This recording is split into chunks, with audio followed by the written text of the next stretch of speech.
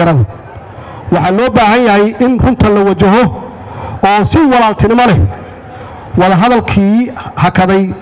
hakadka galay halkiisii laga sii wado la isxog waraysto la daaweeyo nabaradii laga dhaxlay duruufihii adkaa ee ina soo maray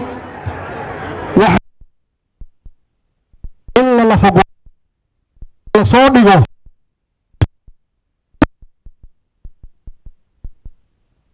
shacabka walaalaheena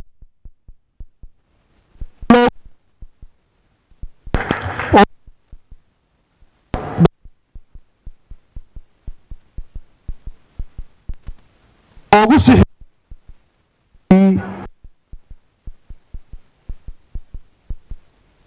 wacdigii aan soo marnay Soomaaliyeed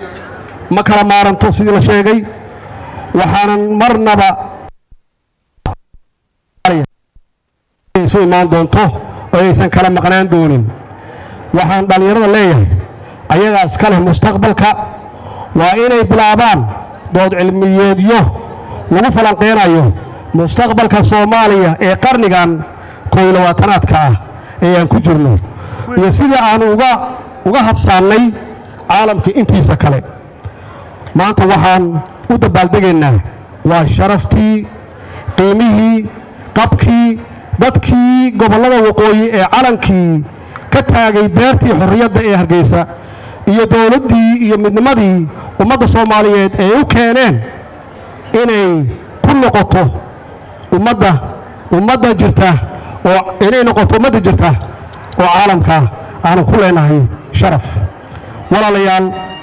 walaalayaal waxaan u hambalyeeyaa guud ahaan ummadda Soomaaliyeed meel kasta ay joogaan dadaalkii iyo halgankii la soo maray ma doonayno inuu meel dhexe ku lumo dad badan ayaa u dhintay dad badan ayaa u lumiyay hantidoodii dad badan yaa mustaqbalkoodii ku lumiyay inay Soomaaliya ay mid noqoto inay Soomaaliya ay midowdo maanta taariikhda noqonaysa waxa qof walba oo Soomaaliyeed ha joogo waqooyi ama ha joogo koonfur ay ka qabtaan midnimada iyo wadajirka ummadeena waxaan hubaa in kala qaybsanaan oo aan soo aragnay muddadii 30 sano ah soo marnay inaysan siineen sharaf iyo dawladnimo iyo karaamo iyo horumar inaysan siineen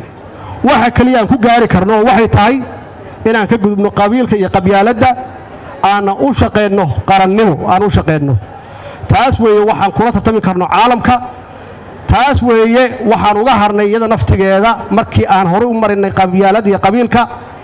taas weeye waxaan noo horseeday burbur muddo dheer socday